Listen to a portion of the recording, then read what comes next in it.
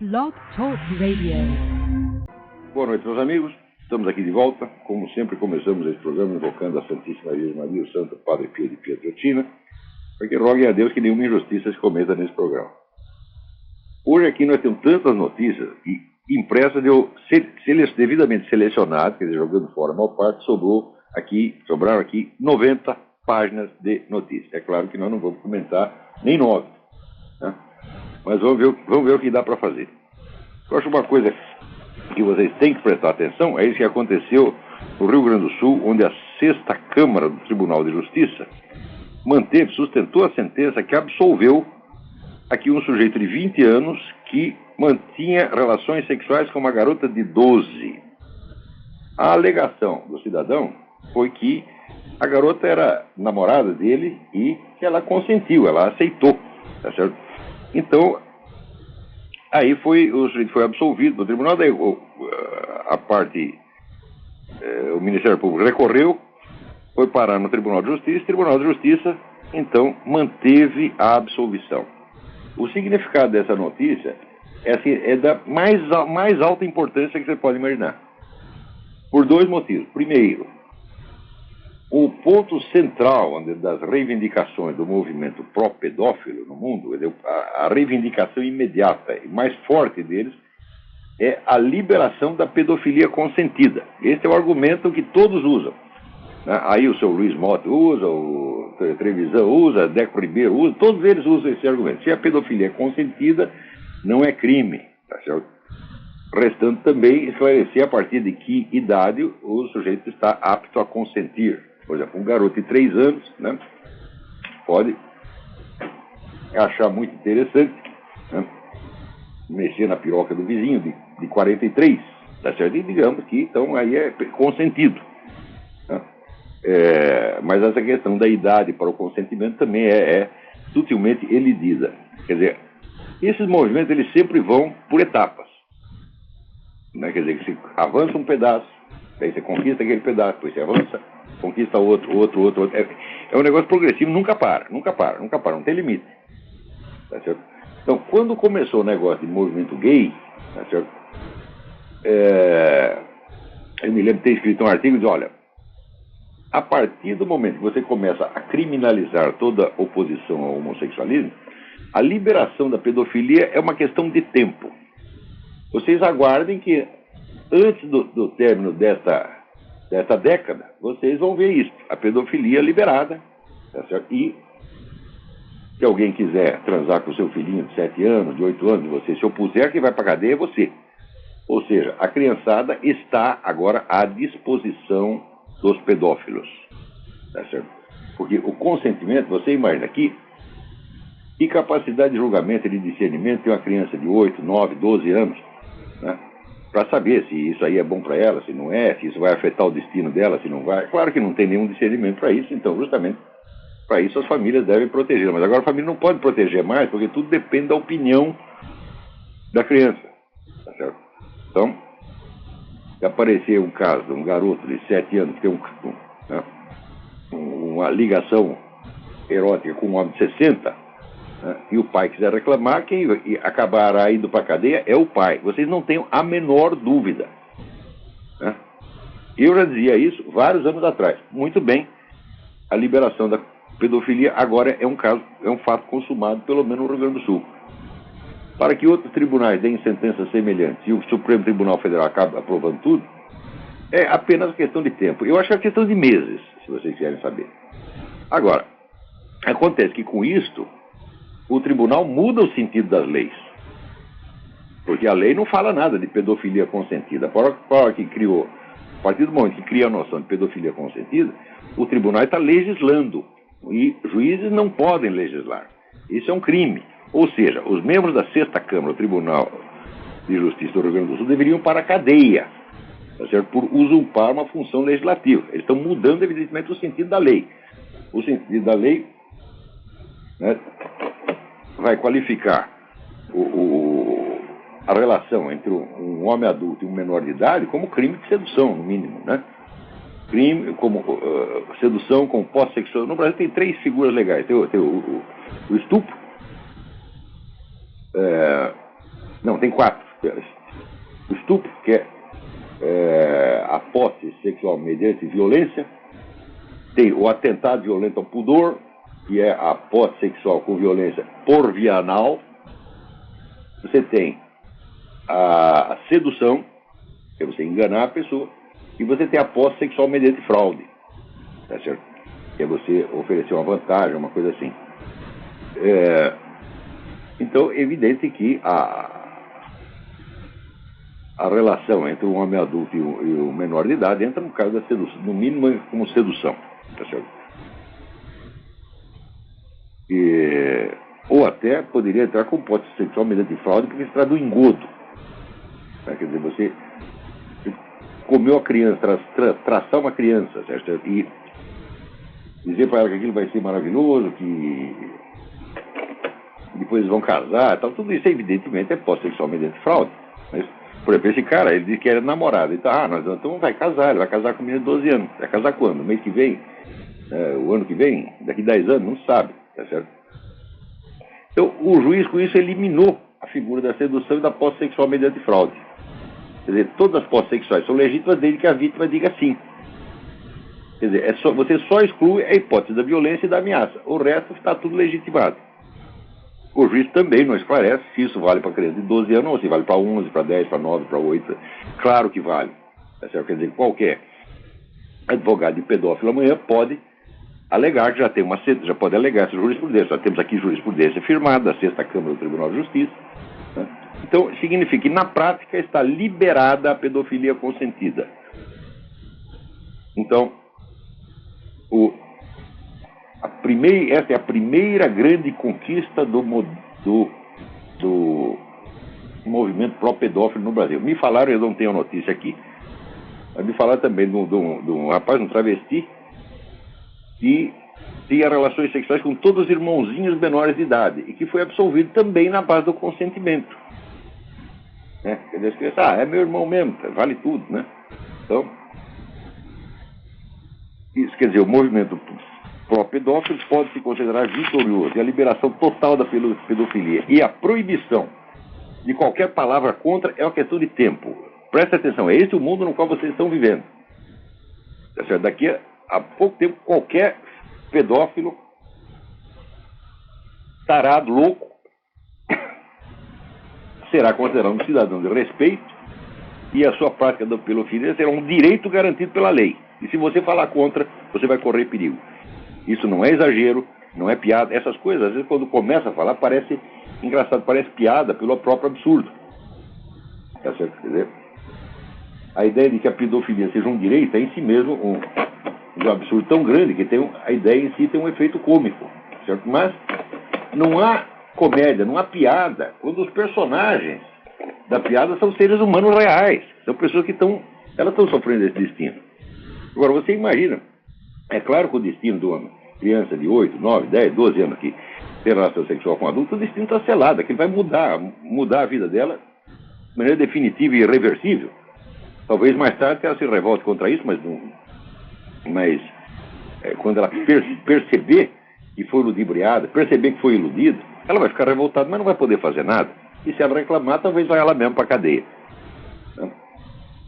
Então, preste atenção, gente. Isso aí é mais uma previsão minha que quando eu escrevo as pessoas dizem, não, você está exagerando, você é paranoico, você é teórico da conspiração, etc, etc. Eu escrevi isso aí, eu creio que uns 3 anos atrás. A liberação da pedofilia é questão de tempo. Vocês se acostumem, porque esta geração ainda vai ter que viver debaixo disso. Agora, você vai chamar esses camaradas de juízes, de magistrado? Magistrado do caralho. O sujeito que fez isso, ele é um criminoso tão grande. No meu entender, o juiz que aprovou uma coisa dessa é um criminoso tão grande quanto o próprio sujeito que está lá comendo. Primeiro, ele diz que é namorado de 12. Eu digo, olha, peraí, o sujeito terá atração por uma menina de 12 anos, você já não está bom da cabeça, evidentemente. Quer dizer, o instinto natural do adulto deve ser o de proteger a criança, de mantê-la intocada. Tá certo? Que não pode ser um instinto de posse sexual. Ele não pode ter um instinto de posse sexual em cima da criança. Quer dizer, todo adulto é virtualmente um protetor da criança. Isso é um sentimento normal. Assim como é normal você ter atração por pessoas adultas, tá certo? É normal você ter com a criança um instinto de proteção. Agora, se esse instinto de proteção se torna atração sexual, então, evidentemente, há nitidamente uma perversão. Não tem como escapar disso aí. Tá certo? E, no entanto, certas sociedades podem se tornar tão cínicas que a pedofilia se torne uma questão de consentimento. É isso. Agora, e o consentimento do pai e da mãe? A noção de minoridade acaba de ser estourada por essa merda desse Tribunal de Justiça do Rio Grande do Sul. Olha aqui, juízes do Tribunal de Justiça do Rio Grande do Sul. Se eu encontrar um de você na rua, eu cuspo na sua cara. Posso ir pra cadeia, mas vou com essa satisfação de ter cuspido na sua cara. Quer dizer, o que significa a noção de minoridade? Já acabou, não há mais minoridade. Quer dizer, o pai e a mãe não são consultados. O sujeito tira a garota de casa, vai lá, leva para o motel, traça e a única opinião que interessa no caso é a da própria criança, que não tem a menor condição de julgar o negócio. E o pai e a mãe têm que assistir tudo quieto e baixar a cabeça. Então, quer dizer, a autoridade moral do crime, a autoridade moral da demência, a autoridade moral da violência, a autoridade moral do desrespeito está estabelecida por essa merda desse Tribunal de Justiça do Rio Grande do Sul. Olha aqui, ó, juízes do tribunal, eu quero que isso chegue aos seus ouvidos. Eu não estou falando pelas coisas, eu quero que chegue, por favor, mandem para eles. Vocês não têm autoridade moral para vocês legislar sobre uma multa de trânsito. Vocês não são legisladores, vocês não podem mudar dessa maneira o sentido da lei. Vocês são usurpadores, são criminosos. É o que vocês estão fazendo. Vocês não apenas mudaram o sentido da lei com relação à própria questão do estupro, da sedução, da posse sexual mediante fraude, mas vocês aboliram a própria noção de menoridade. Preste bem atenção à profundidade da revolução jurídica que vocês fizeram. Vocês acabam de derrubar todo o direito brasileiro com essa coisa. O lugar de vocês é na cadeia, seus vagabundos. Ninguém vai botar vocês na cadeia porque vocês têm o poder, o pessoal que tem dinheiro apoia vocês, e vamos dizer, e vocês sabem que as classes ricas estão cheias de pedófilos que dão dinheiro e sustentam esse movimento. Toda essa gente vai aplaudir. A mídia vai aplaudir, a Folha de São Paulo vai achar maravilhoso. O Estadão vai achar maravilhoso, o Rede Globo vai achar maravilhoso, todo mundo está achando. Não? Então, tinha que ser logo no Brasil que o movimento pró-pedófilo alcança essa grande vitória. Né?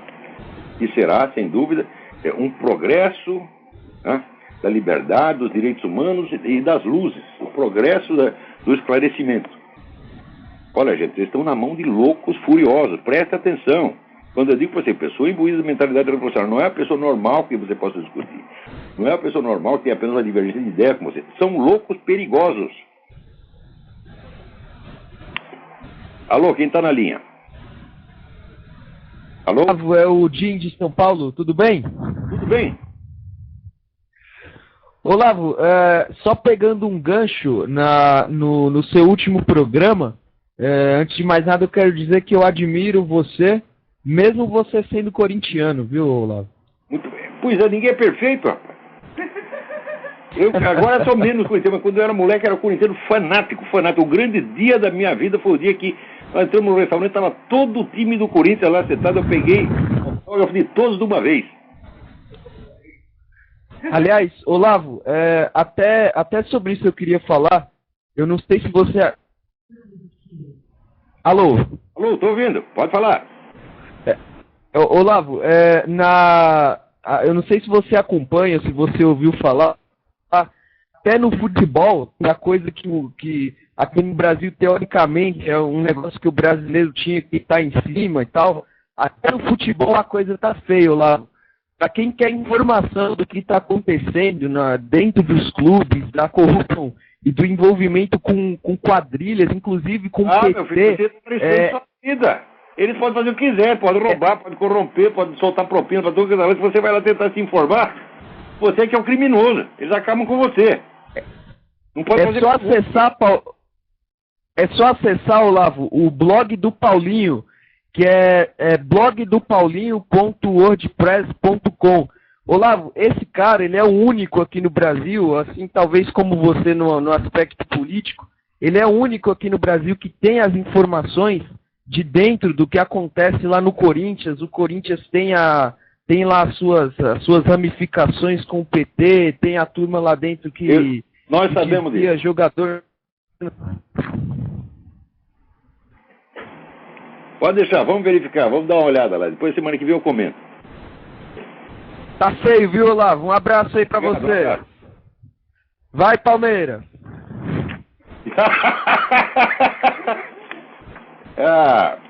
Você vem aqui com interesses políticos escondidos. Você é, como é que se diz? Você é do lobby palmeirense. Tô entendendo. Peraí, tem mais alguém na linha? Alô? Alô, professor Olavo? Eu? Aqui é o Cristiano de Assis, tudo bom? Tudo bem? Fale mais alto. Tudo bem. Eu gostaria de perguntar a você sobre aqueles ateus que fazem uma cruzada contra o cristianismo. O que eles querem, na verdade? Dinheiro, benefícios? Qual que é o intuito deles? Não, é simples ódio. Nunca suportaram o cristianismo. Você veja, por exemplo, essa recente campanha que teve contra o Papa, uma campanha mundial, foi uniforme, a mídia internacional inteira, né? Todo dia descendo o cacete no Papa com uma violência inédita. Isso nunca aconteceu na história. Quer dizer, isso marca uma etapa. Quer dizer, esse pessoal vai ocupando espaço. Certo. Então vai... Eles estão aliados com outras religiões? Quando você se acostuma, quando a dor passou, eles enterram a faca mais um pouquinho, mais um pouquinho, mais um pouquinho, até você morrer. É assim que vai. Aqui você tem toda hora criança sendo expulso da escola porque entrou com uma Bíblia, capelão militar, tá certo? Perdendo emprego porque pronunciou a palavra Jesus. Isso está acontecendo aqui na Europa, gente. Quer dizer, não é exagero, não é teoria da conspiração, isso está acontecendo mesmo. E se eles para combater isso, eles vão todos ser criminalizados. Isso aí vai ficar como no Irã, que você pode praticar o cristianismo dentro da sua casa, quietinho e discretamente. Se sair pregando na rua, tu vai pra cana. O mundo ocidental vai ficar assim se esse pessoal não reagir. Reagir, olha, o pessoal fala, reagir como? Eu digo, olha, em primeiro lugar, você tem que entender a coisa básica. Você não está lidando, eles não estão lidando com pessoas normais que têm apenas uma ideia diferente de você. Você está lidando com criminosos, com gente perigosíssima. Se você quer manter a coisa no plano das ideias, disputa no plano das ideias, você está dando dignidade a pedófilos, a loucos, a tarados, tá entendendo? É isso que você está fazendo. Professor? Então, é preciso destruir, vamos dizer, não é as ideias, meu Deus do céu. As ideias, por si mesmas, as ideias inspiram movimentos, mas os movimentos são feitos por gente. E se você não desmoralizar as pessoas, não adianta desmoralizar as ideias. As ideias são incoerentes por si só, não é? Apenas acadêmica. Sim. Professor? Diga. Esses ateus, eles são aliados com outras religiões, com os muçulmanos radicais, com seitas gnósticas ou não? Não, peraí, a mídia mundial inteira apoia os muçulmanos radicais. Quando eles fazem alguma violência que chama atenção, daí todo mundo faz de conta que está ofendido. Mas todos estão dando força para essa gente. Você vê o que está acontecendo na França. Na França agora a moda é o seguinte, esse pessoal árabe invade ônibus e bate em todo mundo xingando de francês sujo. E ninguém pode reclamar. Ou seja, o racismo antifrancês é permitido e é protegido pelas leis na França. Se você bater no árabe, chamar de árabe sujo, você vai preso porque é por racismo. Agora, se o árabe bate no francês, chamando de francês sujo, é permitido. E mais ainda, teve um sujeito que filmou isso aí, né, e botou no YouTube. Esse foi processado. Nossa. Então presta atenção. Esse pessoal árabe tem muito dinheiro. Eles, atualmente, a Arábia Saudita manda na política americana através do seu Barack Obama. Sim. Você vê, os Estados Unidos são tradicionalmente pró-Israel. Mudou 180 graus a política. Agora estão apoiando a criação da nação palestina e cedendo Jerusalém para os caras. Agora os sauditas não serão investigados pelos Estados Unidos, né? Como é?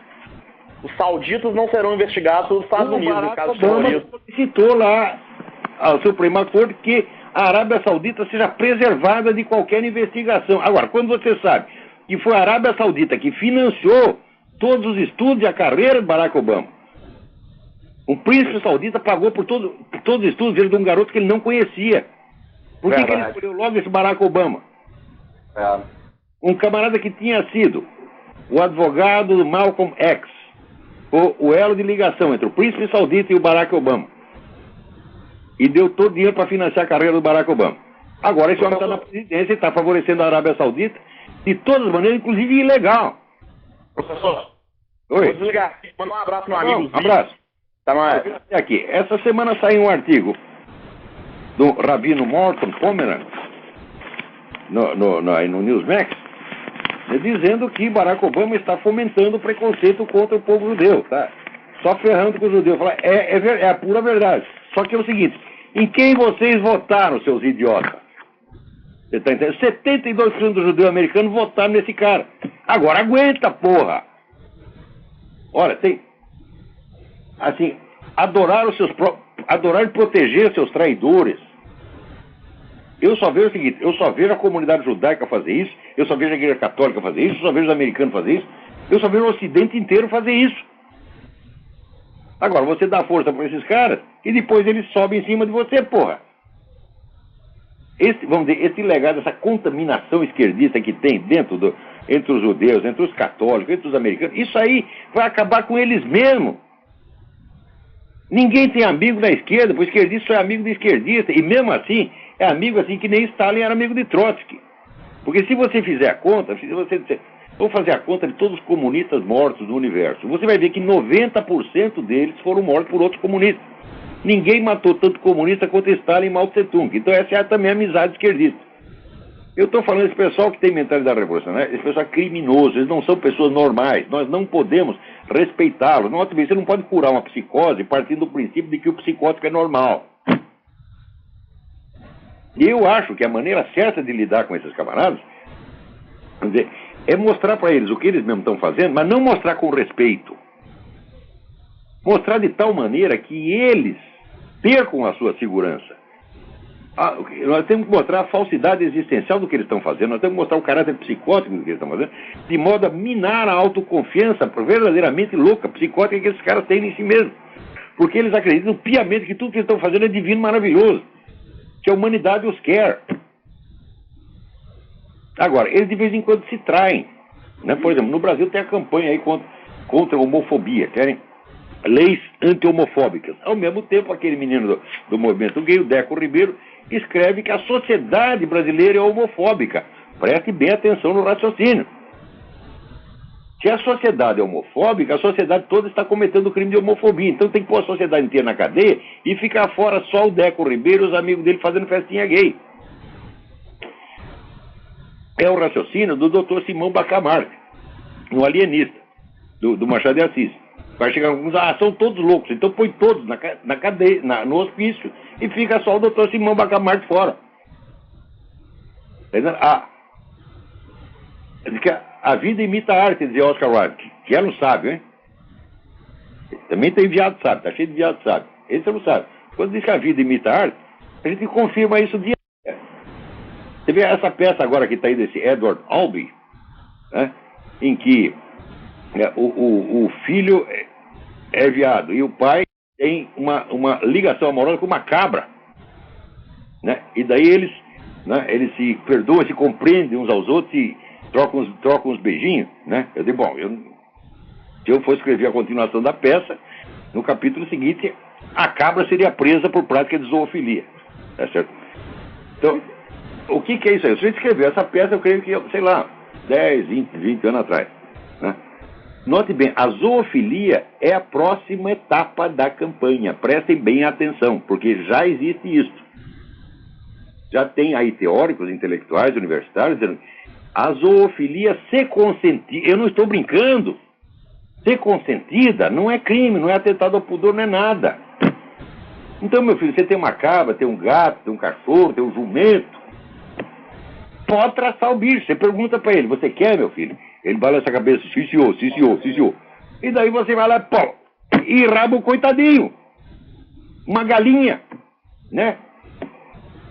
Pergunta, você quer? Ela, pô, quero. Pronto. Traz essa galinha. E presta atenção. Né? Se alguém vier aqui comer o meu cachorro Big Mac, vai sair mal. O bicho é grande demais. Né? E ele não gosta de brincadeira, não. Note bem. Preste atenção. Eu vou dizer aqui uma coisa para você. O casamento, oficialização legal, legalização da relação entre homens, seres humanos e animais é questão de tempo. Preste atenção. Porque, veja, se você quer entender o sentido da história, você para de ler o noticiário político do dia, esqueça o noticiário político do dia, e você vai vasculhar a produção intelectual, produção das altas camadas intelectuais. Você lê o que os professores universitários escrevem, lê o que os filósofos escrevem, você fica sabendo tudo o que vai acontecer. Porque a ideia que se torna dominante entre os intelectuais se torna, em seguida, dominante na política. Uma vez conversando com o falecido Roberto Campos, nós fomos fazer as contas e chegamos unanimemente à conclusão de que o prazo para isso é de mais ou menos 30 anos. Quer dizer, entre uma ideia se impor no meio intelectual e ela virar lei, a diferença é mais ou menos 30 anos. Mas esse prazo, hoje em dia, eu vejo que está diminuindo, o processo está acelerando. Quer dizer, o prazo, a gente pensava em termos de revolução cultural naquela época. Entre a revolução cultural e a revolução política é 30 anos. Mas eu vejo que esse prazo está acelerando. Então, quando os caras começaram com essa conversa do direito dos animais, quer dizer, a galinha tem o direito, né? O frango tem o direito de não virar frango assado, tá certo? E assim por diante, né? Falava o holocausto do seu prato, e mostrava lá uma galinha, né? No prato, é uma coisa horrorosa, né? Comer as galinhas, mas você pode também ter o holocausto dos tomates, come alface, isso é uma violência, uma brutalidade, né? Então, inclusive, após a aprovação da zoofilia, nós teremos certamente, né, o relação sexual com vegetais. O sujeito se casa com uma jaca, né? Se é gay, pode casar com uma banana. Né? E assim por aí. Isto não é gozação. Isto não é gozação. Agora, para você entender o que acontece na história contemporânea, você tem que acompanhar o processo de enlouquecimento da camada intelectual. Desde o tempo da Revolução Francesa, as altas camadas intelectuais estão ficando cada vez mais loucas, cada vez mais irresponsáveis, tá certo? E defendem ideias, vamos dizer, absolutamente ofensivas, absurdas, tá certo? Mas dão a ela um simulacro de dignidade intelectual. E com o tempo, os políticos, os empresários, a opinião pública acaba cedendo. E isso é inevitável. Então, é claro que o pessoal lê o jornal diário, é muito mais fácil do que você acompanhar a produção intelectual de várias universidades, né, revistas científicas, entre aspas. Mas é só fazendo isso que a gente entende o que está acontecendo. É o que dizia Hugo von Hofmannsthal. Nada está na política de um país que primeiro não esteja na sua literatura. Literatura no sentido amplo, na produção intelectual. Então, eu quero saber, como é que eu faço os meus diagnósticos? É assim, eu acompanho a produção intelectual do mundo, não aquela que aparece na mídia, mas aquela que está circulando nas universidades, nas revistas acadêmicas, a gente vê o que vai acontecer. É fácil.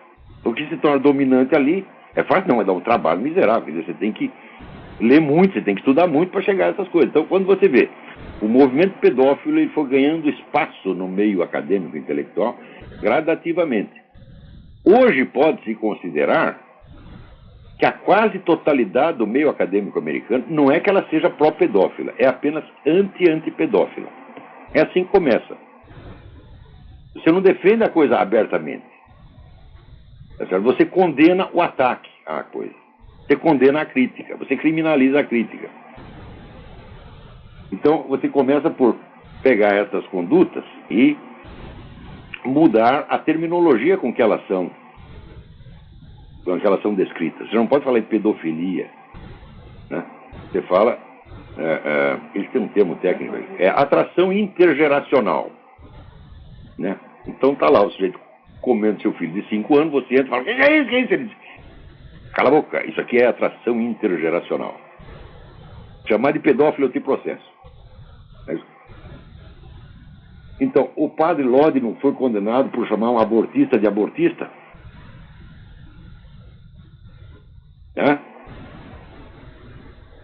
Agora, eu também chamo de abortista. Quero ver um filho da puta desse me processar. Eu quero ver.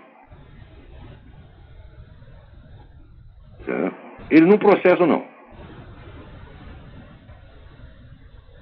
Eu digo, vocês não só são abortistas, como grande parte de vocês são aborteiros. Esse pessoal da Planned Parenthood, eles implantam clínicas de aborto ilegal nos países e depois denunciam o aborto ilegal. Entendendo?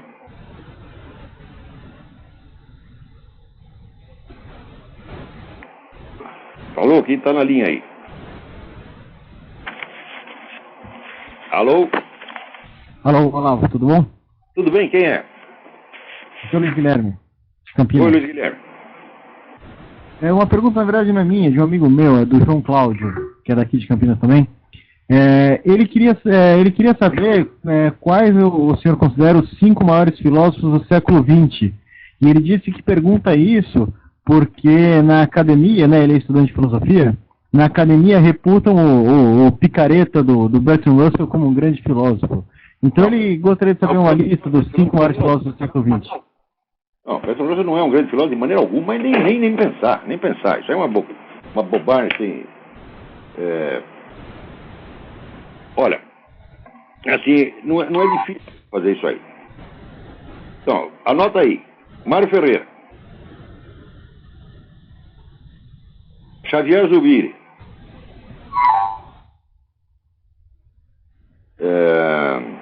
O Eric Fögelin. Louis Lavelle.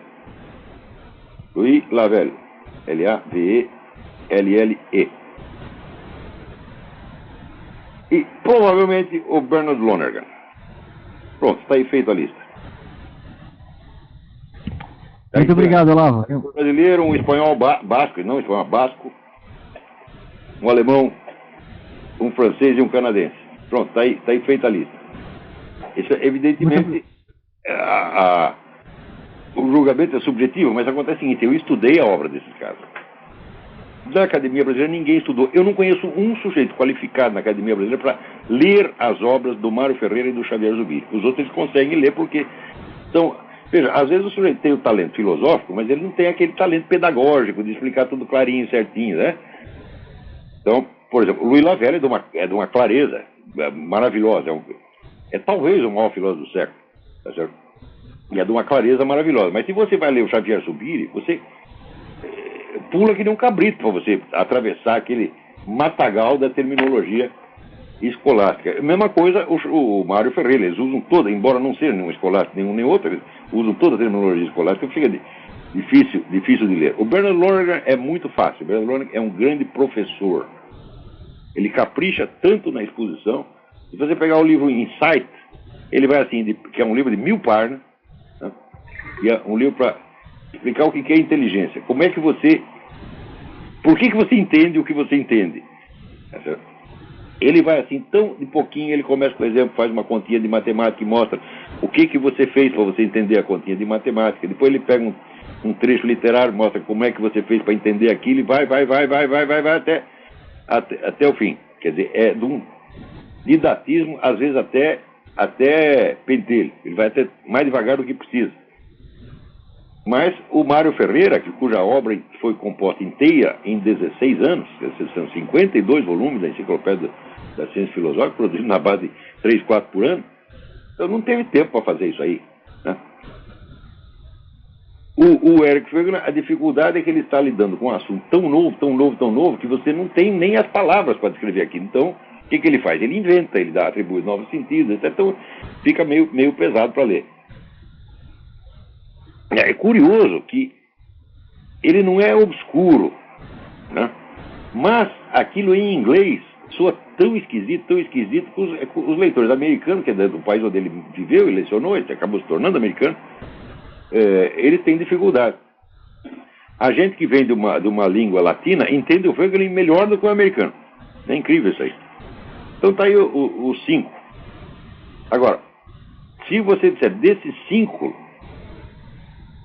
qual que você se considera discípulo? Eu respondo sem a menor dúvida. Louis Lavelle é o único do qual eu posso me considerar um discípulo, porque é um sujeito que eu concordo com cada linha que esse sujeito escreveu. Eu não consigo dizer não para ele. Às vezes consigo, por exemplo, em escritos menores, um escrito de resenha literária que ele fez, tem lá um livro que ele gostou e eu não gostei. Falei, bom, aí divergimos disso. Mas filosoficamente, eu não sei dizer A contra nenhuma tese do Louis Lavelle. Já tentei por tudo lá. Então eu falei, tá certo, guru, você tem razão. Então, agora, aí no Brasil, existe um interessantíssimo livro brasileiro sobre Louis Lavelle, uma tese de doutoramento feita pelo Tarcísio Padilha, que foi presidente da Academia Brasileira de Letras. Ele foi aluno do Louis Lavelle e escreveu um bom livro sobre o Louis Lavelle. Esse livro sumiu, nunca mais foi publicado. E que merda de país, quer dizer, você parece estar sobrando esse tipo de coisa, né? Agora, livro sobre Antônio Gramsci, sobre Michel Foucault, sobre Lacan e Derrida, tem de monte. Né? Então, para ver onde termina esse negócio de Lacan e Derrida, lê o artigo que eu estou publicando essa semana no Diário do Comércio, vai sair em duas séries, sobre esse tal do Vladimir Safatli, né, que é professor de filosofia na USP. Eu li lá vários artigos do Vladimir Safatli, que estão no site dele, porque ele andou dando palpite sobre esse negócio do quebra-quebra na USP, mas eu falei, não, mas eu quero saber quem é esse sujeito intelectualmente, não só nas suas opiniões do dia, né? E daí, quando fui ler o trabalho acadêmico dele, eu descobri primeiro que aquilo é uma pletora de erros de gramática, né? Ele, por exemplo, a invasão da USP, ele chama de brutalidade securitária. Ora, securitário não se refere à segurança pública, securitário refere-se à indústria de seguros. Então, é claro que o sujeito que escreve isso é um analfabeto funcional. Então tem lá 2 estudos sobre o cara, e isso aí é o que se chama de um professor de filosofia, não. Chama de professor de filosofia, não, mas de filósofo. Na USP, para ser filósofo, você não precisa ter filosofia nenhuma, né? Basta você fazer essas coisinhas que o Vladimir Safatli faz e você já é considerado um grande professor, né? Aqui alguém me chama, Jusceli Bianco me chama a atenção para uma resenha que ele leu da nova biografia de Paulo VI, escrita por Andrea Tornielli para o jornal La Stampa, né? E onde ali o próprio Paulo VI confirma o Pacto de Metz. O Pacto de Metz foi aquele pacto com o qual o concílio, neutralizando-se, abolindo-se a si mesmo, indo contra o Código de Direito Canônico, né, prometeu examinar todos os problemas do mundo, mas não falar uma palavra contra o comunismo. Então, note bem, o Código de Direito Canônico, o decreto de Pio XII, ratificado pelo próprio João XXIII, condenar a excomunhão automática quem quer que colabore com o regime comunista. Então significa que aquele pessoal do concílio já estavam todos auto-excomungados. Pergunta para mim o que vale as decisões do concílio, não vale nada. Não vale nada. É. Você pode seguir se você quiser. Aliás, o concílio não teve natureza doutrinária, teve natureza pastoral. Pastoral só apenas você dá o conselho, aconselhamos você a fazer isso. Você pode responder, não faço. Nada te impede. Agora aqui, esse pessoal gay fica, né, reclamando aí, lutando pela liberação da pedofilia, enquanto tem um monte de gay no mundo comunista, no mundo islâmico, etc., sofrendo horrores, e eles não fazem nada para ajudar. Agora aqui, 2 gays iranianos apareceram pedindo asilo nos Estados Unidos. Uai, mas os Estados Unidos aqui não é a sociedade homofóbica? Não é aqui que os gays sofrem horrores, coitadinhos? Né? Por que vem pedir asilo aqui? Ó, pergunta para ele, qual é a diferença de você ser gay em Nova York e você ser gay no Irã? É a diferença, né, entre o vivo e o morto. Está aqui, ó, aqui um estudo que fizeram aí. Aqui não dá o nome da universidade, ó, raios. Puta vida. Diz que as pessoas que estudam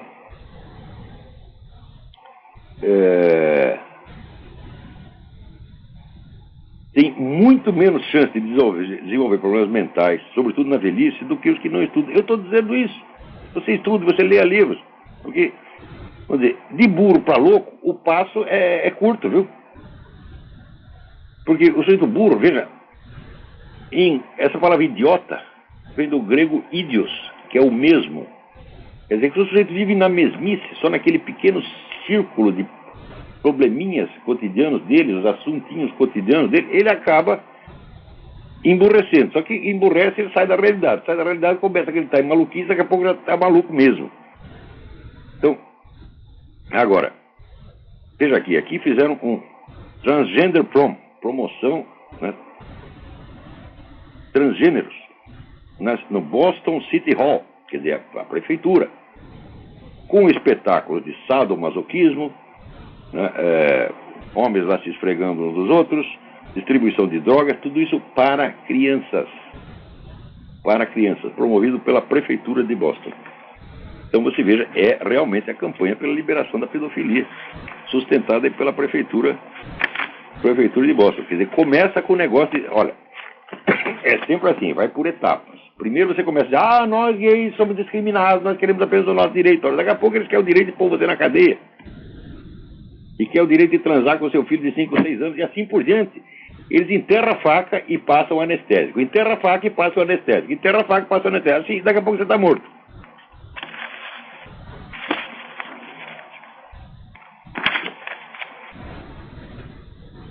Olha, a Universidade de Harvard agora criou a Cátedra de Estudos Gays. Olha, mas é um negócio incrível, hein? Está aqui, alguém me manda um artigo do Jânio de Freitas endossando o outro artigo do Bresser Pereira que eu estou comentando no artigo essa semana. O artigo do Bresser Pereira é de uma estupidez fora do comum. Está lá demonstrado no meu artigo. Agora, o Jânio de Freitas, ele gosta de tudo que não presta. Essa semana ele já elogiou o Bresser Pereira e o Vladimir Safato. Agora aqui, eu queria chamar a atenção para vocês da campanha do cartaz antidoutrinação feito pelo escolasempartido.org, o site escolasempartido.org, né, que é do meu amigo Miguel Najib. Está fazendo uma campanha, está solicitando, né, à justiça que as escolas sejam obrigadas a colocar na sala de aula um cartaz com 5 ou 10, não lembro se são 5 ou 10 regras contra a manipulação política das crianças nas escolas. Essa campanha é altamente meritória, tá certo? Ele está fazendo isso para o Distrito Federal, mas nada impede que seja adotado para outros lugares. Dê uma olhada lá no www.escolasempartido.org.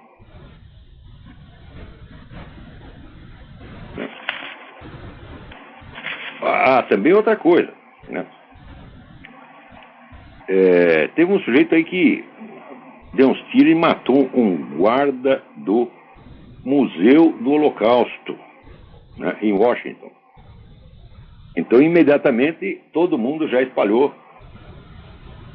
É o terrorismo da direita, é os conservadores que ficam metendo ideias assassinas na cabeça do cara. Quando foram ver, o sujeito é um darwinista, odeia cristão, tá certo? Então, em suma, ele usa argumentos darwinianos para sustentar o antissemitismo. Né? E ele diz, o cristianismo e o holocausto são fraudes. Você vai dizer que esse sujeito é conservador da direita? Ora, porra.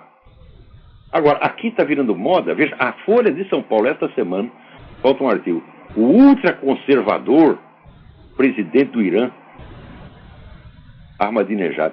Mas o quê? O Ahmadinejad é apoiado por toda a esquerda mundial? É apoiado pela Rússia, é apoiado pela China, é apoiado por todos os movimentos de esquerda. Tá certo? E agora vai dizer que o cara é ultraconservador? Ora, mas a Folha de São Paulo... Meu filho, eu não posso usar a Folha de São Paulo para limpar a bunda. Você tá entendendo? Para limpar a bunda, porque eu não quero enganar o meu próprio cu. Tá entendendo? Isso aqui é um cu de respeito, tá entendendo? O que é isso, né? Vamos lá. Então não serve para limpar a bunda. A imprensa inteira brasileira não serve para limpar. Não limpe o cu com isso, por favor. Né? Tenha um pouco de respeito por si mesmo. Agora, aqui, você vê, a Orly Tate, aquela advogada que moveu um processo exigindo a exibição da certidão de nascimento do Obama, né? Processo movido, inclusive, por militares, que dizem, olha, eu não posso obedecer um sujeito se eu não tenho a certeza de que ele está legalmente lá, né? A Orly Tate está recebendo ameaças de morte, as pessoas estão ameaçando queimá-la viva. Não sai uma linha a respeito na grande mídia. Nada, nada, nada, nada, nada. Agora, veja a lista dos documentos que o Obama escondeu e que ninguém sabe e que é proibido investigar. Tem a certidão de nascimento, certidão original de nascimento. Tem os registros escolares, desde o jardim da infância. É proibido você pegar o histórico escolar do Obama no jardim da infância. Se você tenta investigar isso, as pessoas te acusam de teoria da conspiração, desce o cacete em você, tá certo? E já vem com ameaças legais, ameaças de ação policial, né? O histórico escolar da escola indonésia que ele frequentou. Os registros do Occidental College, onde ele estudou, né? Vamos lá. Os registros, o histórico escolar da Universidade de Colômbia e os trabalhos que ele publicou na Universidade de Colômbia. Teve um pesquisador aqui que, através do Freedom of Information Act, conseguiu liberar 5, né, escritos acadêmicos do Barack Obama, provando que o Barack Obama é analfabeto funcional. É assim, é um erro de gramática por linha. O que comprova, é um indício fortíssimo de que aquele livro de memórias, que está tão bem escrito, não foi escrito por ele. Eu não sei se foi o William Harris, mas o autor daqueles artigos não pode ser o mesmo autor daquele livro. Isso é uma coisa que qualquer pessoa com um pouquinho de prática literária percebe, né, imediatamente. Então, a tese, ele tem uma tese em Colômbia sobre desarmamento nuclear soviético. É proibido ler essa tese. Ninguém pode ter acesso a isso. Os registros da Escola de Direito de Harvard, também ninguém pode ler. Os artigos que ele publicou na Harvard Law Review, a revista de direito de Harvard, é proibido ler. Os artigos acadêmicos que ele publicou na Universidade de Chicago, é proibido ler. Vamos lá, aqui tem a lista, né? O passaporte dele, porque o Obama viajou para o Paquistão numa época em que a entrada de americanos no Paquistão era proibida. Isso quer dizer, ele não entrou lá com passaporte americano. Com que passaporte ele entrou? Como é que ele conseguiu isso? Cadê esse passaporte? É proibido investigar isso. Os registros médicos também ninguém pode ter acesso. Note bem, a agenda do tempo em que ele foi senador por Illinois. Né? Senador estadual em Illinois, 1997 a 2004. Ou seja, quem ele recebeu no gabinete, o que ele fez, quais são os atos oficiais dele, senador, documentos oficiais, você não pode ter acesso. Aqui, a lista dos clientes do seu escritório de advocacia em Chicago. Também não pode saber. Ora, isso são documentos que qualquer candidato a prefeito apresenta e torna público.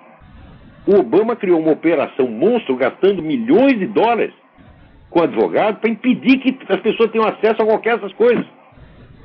Os registros dele na Illinois Bar Association, é a ordem dos advogados, né? Que bar aqui não quer dizer só bar, né? A Associação dos Bares, não, bar é o tribunal, né?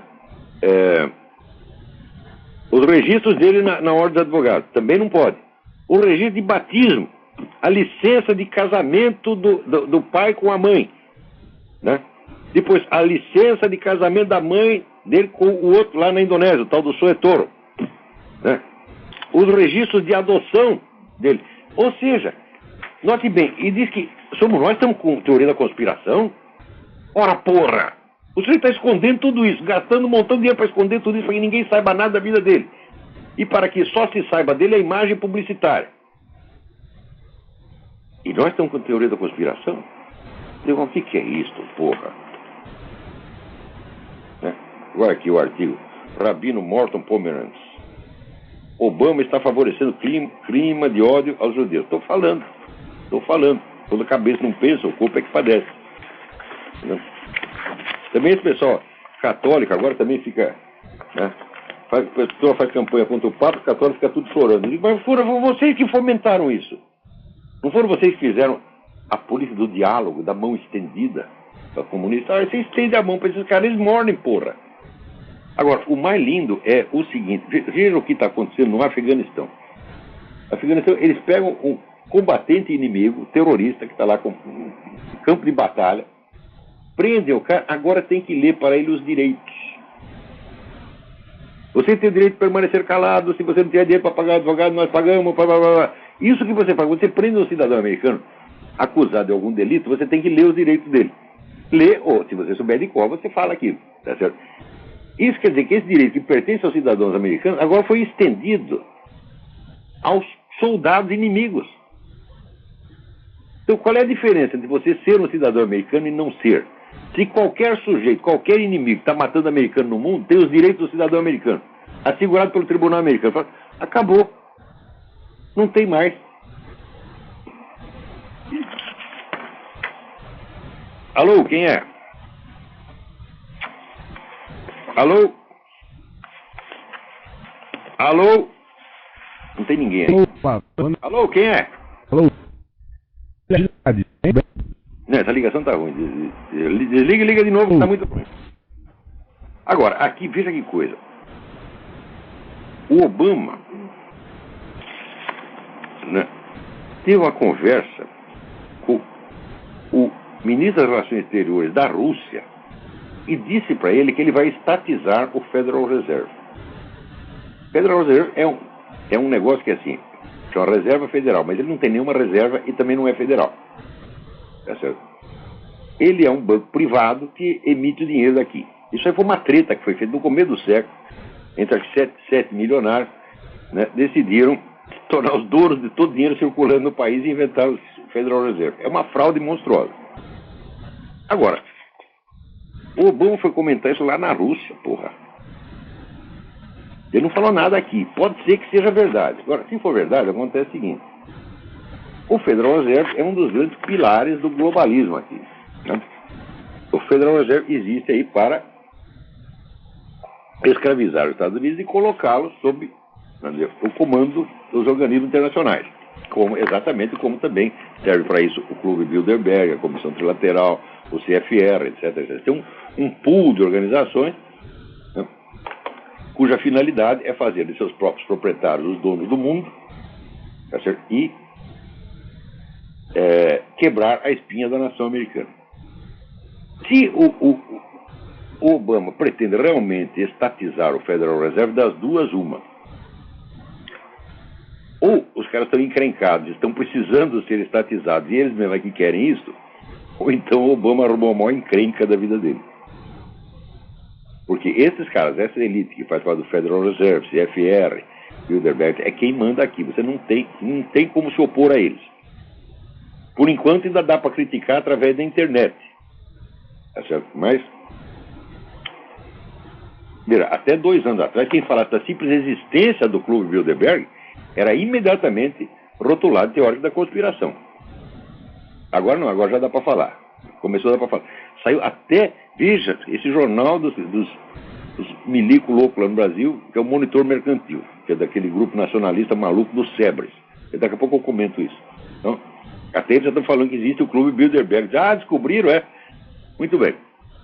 Se o Obama está atendendo os interesses dos donos do próprio Federal Reserve, muito que bem. Agora, se ele decidiu estatizar contra a vontade deles, meus filhos, os dias do Barack Obama estão contados. O que não seria nada mal, né?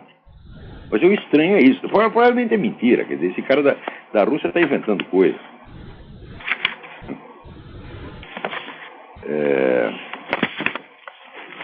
Alô, quem é? Alô? Alô, quem é? Puta, essa ligação está muito ruim. É o seguinte, se você me liga aqui através do Skype, você está arrumando encrenca para mim e para você mesmo. Você vai tomar tempo do programa, nós não vamos entender merda nenhuma que você está falando. tá certo? Não liga através de Skype, não, pô. Liga de telefone, pô. Agora, aqui também é uma coisa que aconteceu essa semana, que é um exemplo para toda a humanidade. É edificante para toda a juventude. Olha aqui. O David Letterman, naquela porcaria do show dele, andou fazendo aquelas piadinhas sinistras, né, sobre a filha da Sarah Palin. Quer dizer, metendo em assunto de família, né? Falou aquilo. A Sarah Palin foi para a televisão e disse: isso é um velho pervertido. O que o David Letterman fez? No dia seguinte pediu desculpa. É assim que se faz, porra. Agora, se ela chegasse lá toda chorosa, disse: ah, minha família, precisa respeitar minha família. O cara ia fazer mais piada, ia passar em cima. Então é assim que se faz. Velho pervertido é velho pervertido. Tá entendendo? É assim que se faz. Então tem que ter uma pessoa que tem 2 culhões, que é a Sarah Palin, para chegar lá e falar isso.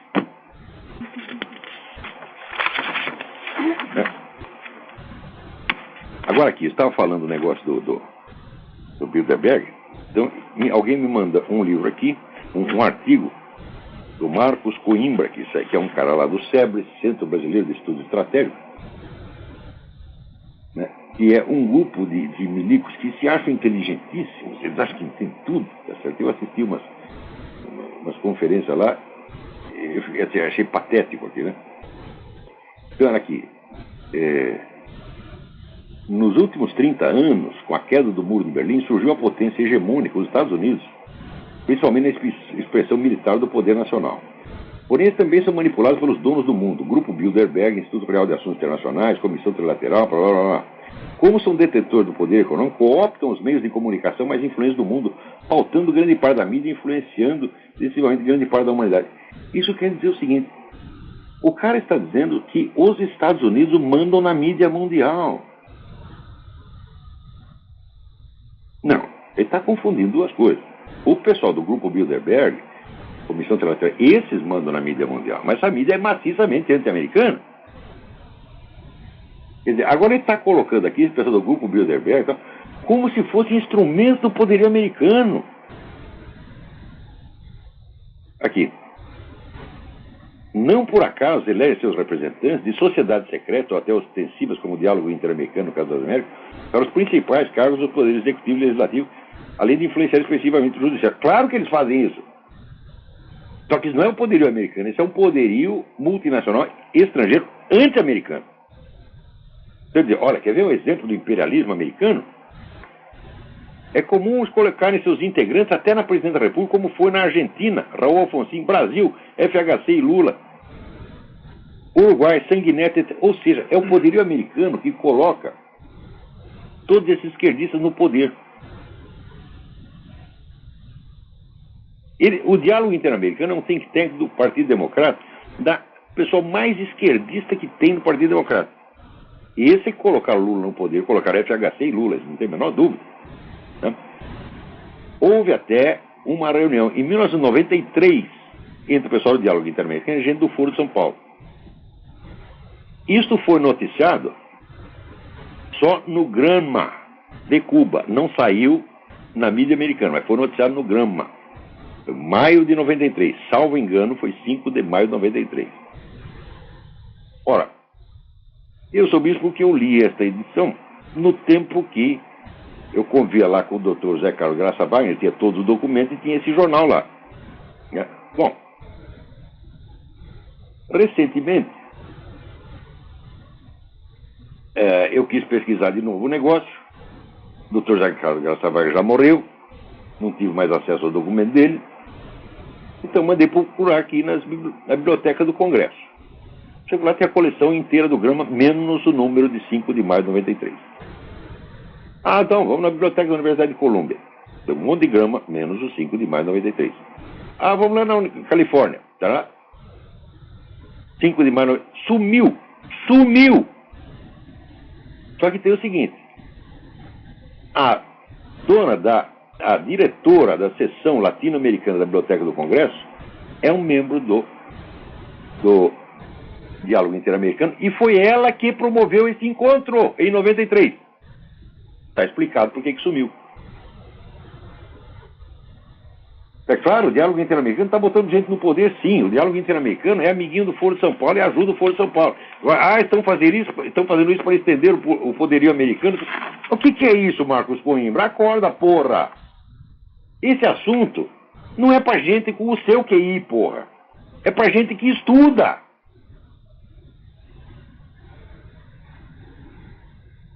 Saiu lá no Monitor Mercantil. Viu?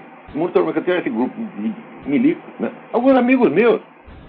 Mas só que esses amigos meus não quer dizer que você é inteligente, é? E tinha lá, vamos dizer, o guru deles era o General Meramato, que era amigão meu. Eu adorava o General Meramato. Só que é o seguinte, nessa época, o General Meramato estava gagá, gente. E ninguém percebia. E ele fazia aqueles estudos de estratégia, aquela coisa, confundindo tudo, fazendo uma merda desgraçada. Né? E eu ouvia aquilo com todo carinho. Às vezes tentava até explicar, falava, mas depois de uma certa idade você não explica mais nada pra ninguém, você tá entendendo? Eu, pelo menos, depois dos 90 anos, não venho me explicar nada porque eu não vou entender, porra. Tá entendendo? Então,